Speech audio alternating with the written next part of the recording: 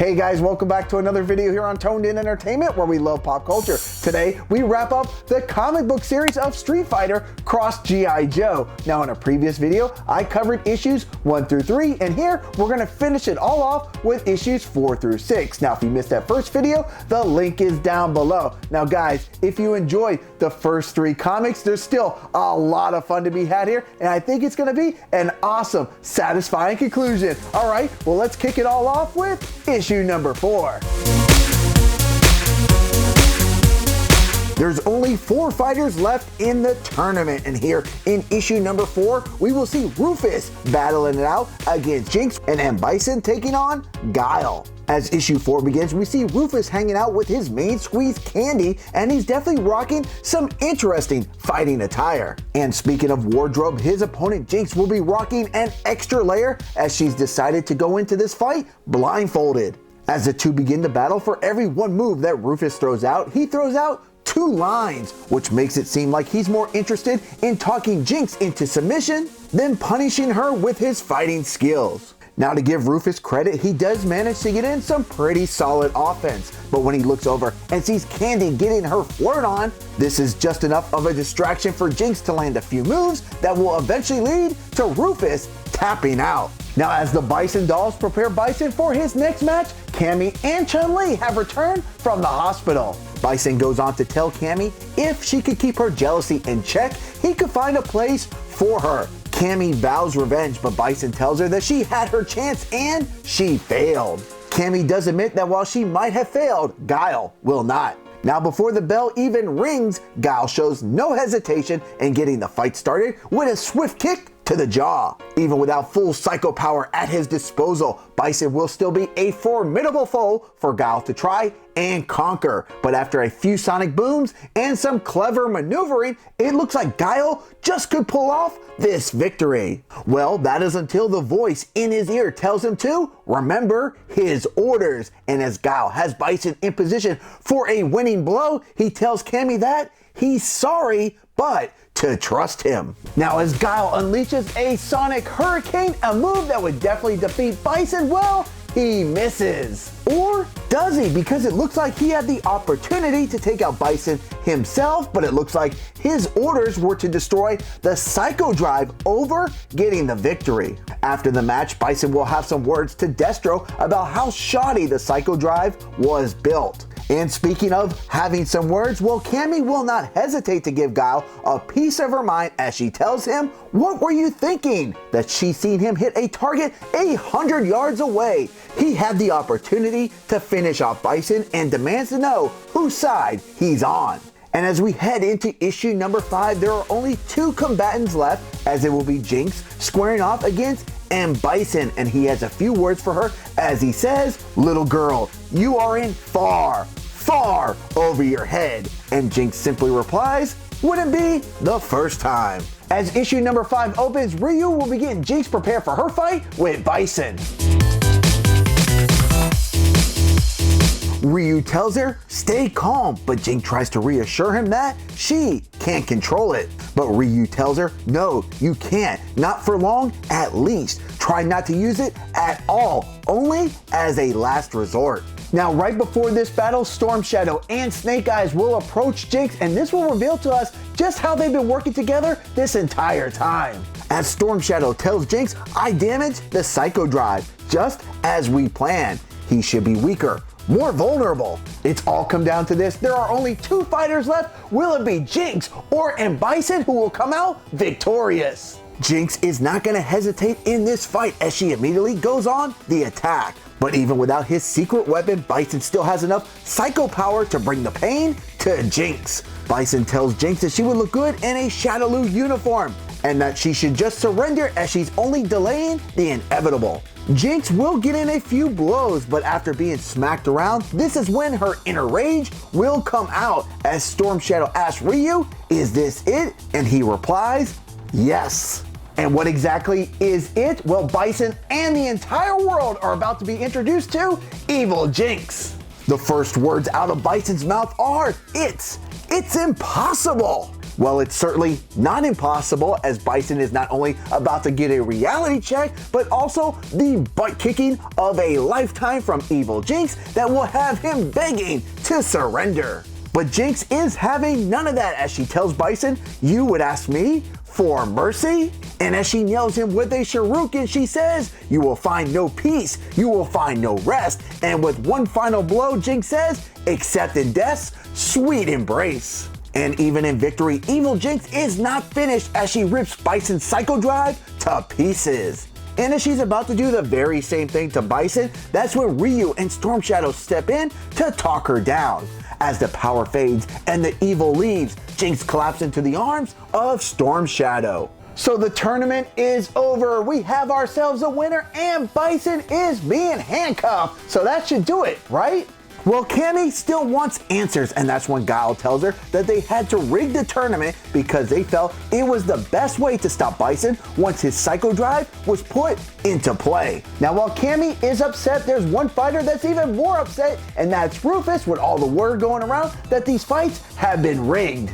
Because he believes that he won his matches fair and square, and by saying that the fights were rigged, well, that's gonna ruin his reputation. And that's when Ryu tells Rufus what pretty much all of us reading this comic series were thinking. Did he really think he could defeat Snake Eyes? Rufus will insist that it was his fighting ability that got him as far as he did in the tournament, and will demand that Guile and him fight it out for third place in the tournament. During the final battle, the Baroness had snuck off, as she's gone with Croc and Sea Viper to get her hands on Destro's backup plan. However, the Baroness and Croc are going to quickly find out why you don't trust a double agent. That betrayal is kind of Sea Viper's thing. Now, as the two battle it out, Destro's Psycho Drive will be destroyed, and the Baroness will be able to escape from being captured with the assistance of Zartan. Now, as we return back to the fighting arena, Rufus is ready to take on Guile to claim third place. Now, someone should tell Rufus that this third place finish really doesn't mean anything at all, because the real fighters never even tried or even showed up. It's essentially the equivalent of DSP Gaming going to EVO and finishing fourth place in that tournament. And after a quick kick, Rufus will be very much like DSP, as he will have to hang on to the glory of finishing fourth place at a tournament. But Rufus will not be done. He's not taking kindly to the crowd laughing at him, and he sure doesn't like it when he sees his squeeze Candy in the arms of another man, and with some leftover psycho power still left in the atmosphere. Now, this will create the perfect condition for Rufus to become bigger, badder, and stronger than he could have ever imagined. Now, throughout this series, we know that somebody has been in the ear of Guile, and as he calls for help, that it might indeed be the time for Plan B, as we see that it was General Hawk and Scarlet that were working the master plan behind the scenes. So what exactly is Plan B? Well, to see that they're bringing out the big guns, it's definitely an understatement. As Guile blasts away, it seems to have little, if no effect on the powerful Rufus. And even though Candy pleads with Rufus to stop, this will not stop this issue from ending with a bang. Now, as we go into the final issue, the tournament, it might be over, but the battle against Rufus is not, as his psycho power continues to grow stronger. As this issue opens, we see both the Joes and the World Warriors making a run for their lives like they're trying to outrun a volcano, but this is no natural disaster, as the only mountain that looks like it's gonna blow its top is Rufus, who's still ticked off on how he believes he was screwed over in the tournament. We see the heroes and the villains playing the blame game with one another. Guile will blame Destro for creating such a device. Destro will then blame him for the destruction of the device that has unleashed the toxins in the air that created Psycho Rufus. But the only thing for sure is that they are going to need help. Guile calls into command, but they give him the bad news that the bubble of psycho power is impenetrable. But they are working on something. Now, command better run quickly, because as Rufus spews his psycho sludge, it begins to affect the likes of Ken, Blanca, Shipwreck, and Zangief, to name a few. And this Psycho Spear will turn allies against each other as Ken shurikens Ryu and blood begins to strangle Destro. As Blanca electrifies the area and Shipwreck looks to tie up with Guile, Command gives Guile the only solution to the situation, and that under the control of the Psycho Power, they are not their friends and will have to do whatever it takes to survive. From here, Blanca will be on the receiving end of a double knee strike from Storm Shadow and Snake Eyes. Vega will be double teamed by Roadblock and Gung Ho, and Jinx will give new meaning to the term snap, crackle, and pop with Sakura's arm. Candy will try and reason with Rufus, but it only enrages him even more, demanding all the Psycho infected to battle it out to the end in hopes that they will rip each other from limb to limb. As the two sides commerce in an all-out war, it's the Psychos who will get the upper hand. Guile pleads with Command that they need a plan to neutralize Rufus, and their only solution is they will have to work as a unit and not as individuals. Guile yells out to both the Joes and the World Warriors that they will attack on his command. First up, it will be the heavy hitters Roadblock and Hakan, followed up by the pairing of Storm Shadow and Cammy, then Chun-Li and Gung Ho. With momentum on their side, the next attacks are followed up by Snake Eyes and Sea Viper, and finishing up the assault is a double Hadouken by Ryu and Jinx that sends the big man flying, shaking the entire island. With a blast of that size, Guile is pleased to report that there are no casualties and that everyone is accounted for. Well, not everyone, as Bison is nowhere to be seen. Even though Cammy is disappointed with the outcome, Storm Shadow tries to reassure her that the main objective was to destroy the Psycho drives. And then Guile says, "We succeeded, we won." Now there's still one person who's gonna disagree with that statement, and that being Rufus, of course. Thankfully, Candy is able to reason with Rufus and convince him that he is the greatest fighter, because in order to succeed, they had to team up and rig the tournament because there was zero chance they would be able to defeat him fair and square. As a plane takes off, a voice comes over the intercom saying, "The prototypes were destroyed. The organization takes a dim view of your failures." Inside of the plane, it's the Baroness, Croc, Zartan, and Destro, and they are going to try and reinforce that this was not all for nothing, as Destro says, "We don't come to you completely empty-handed," that they are bringing back a captured M. Bison. The voice says to hand him over to Mindbender when they arrive, and that voice being none other than Cobra Commander. Now on the last page of this comic, we see the Joes and the World Warriors training in peace and harmony.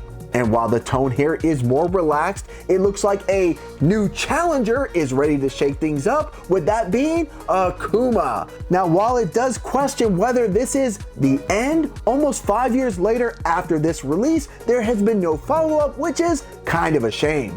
Now my final score for the Street Fighter Cross G.I. Joe series is going to be a 9.5 out of 10. I really do love both these franchises, and while they are very different, they have similarities that really make them go well together, and the creators of this comic book series really did a masterful job of making just one fun and entertaining series. This series had moments of drama, comedy, and most importantly, lots of action. And the artwork throughout I thought was superb and drew me right into this comic series. And while some of the mainstays of both franchises didn't have major roles or any at all, I thought the characters that they did choose were not only good picks, but a nice change of pace, but most importantly, made sense. Alright guys, well that's going to wrap up my review for the comic book series Street Fighter Cross G.I. Joe. Now did you guys ever read this series, or did you even know it even existed? You can find it digitally on Comixology. At least it was free when I took a look at this video. That's how I read it, digitally with a Comixology